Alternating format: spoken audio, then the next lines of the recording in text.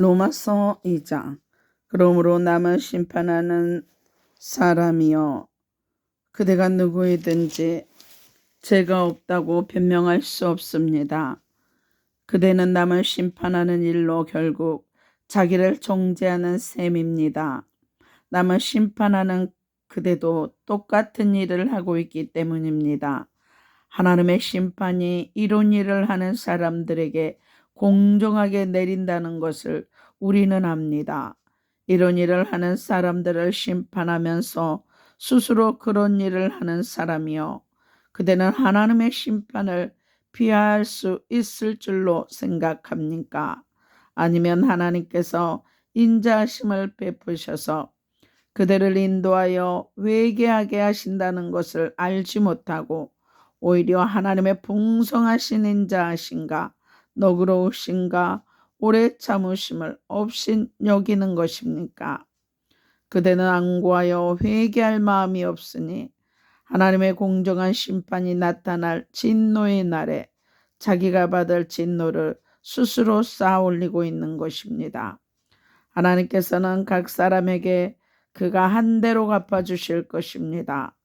참으면서 선한 일을 하여 영광과 존귀와 불멸의 것을 구하는 사람에게는 영원한 생명을 주시고, 이기심에 사로잡혀서 진리를 거스리고 불의를 따르는 사람에게는 진노와 분노를 쏟으실 것입니다.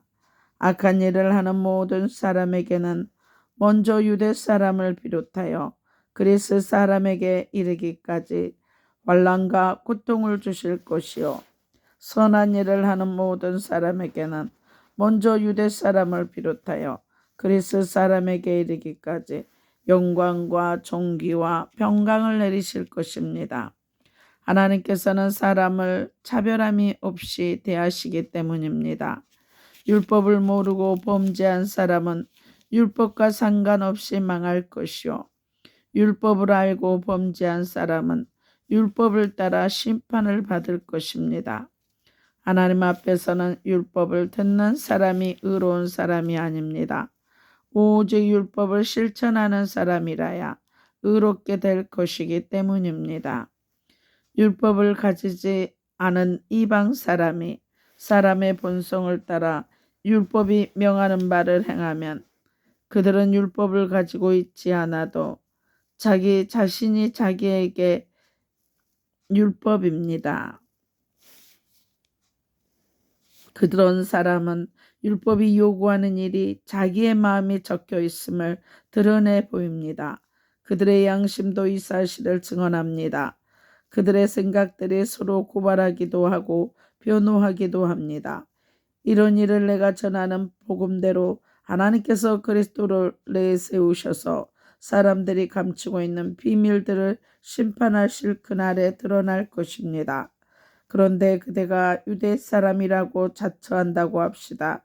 그래서 그들은 율법을 의지하며 하나님을 자랑하며 율법의 가르침을 받아서 하나님의 뜻을 알고 가장 선한 일을 분간할 줄 알며 눈먼 사람의 길잡이요, 어둠 속에 있는 사람의 빛이라고 생각하며 지식과 진리가 율법에 구체화된 모습으로 들어있다고 하면서 스스로 어리석은 사람의 스승이요 어린아이의 교사로 확신한다고 합시다. 그렇다면 그대는 남은 가르치면서도 왜 자기 자신은 가르치지 않습니까? 도둑질을 하지 말라고 설교하면서도 왜 도둑질을 합니까? 간음을 하지 말라고 하면서도 왜 간음을 합니까?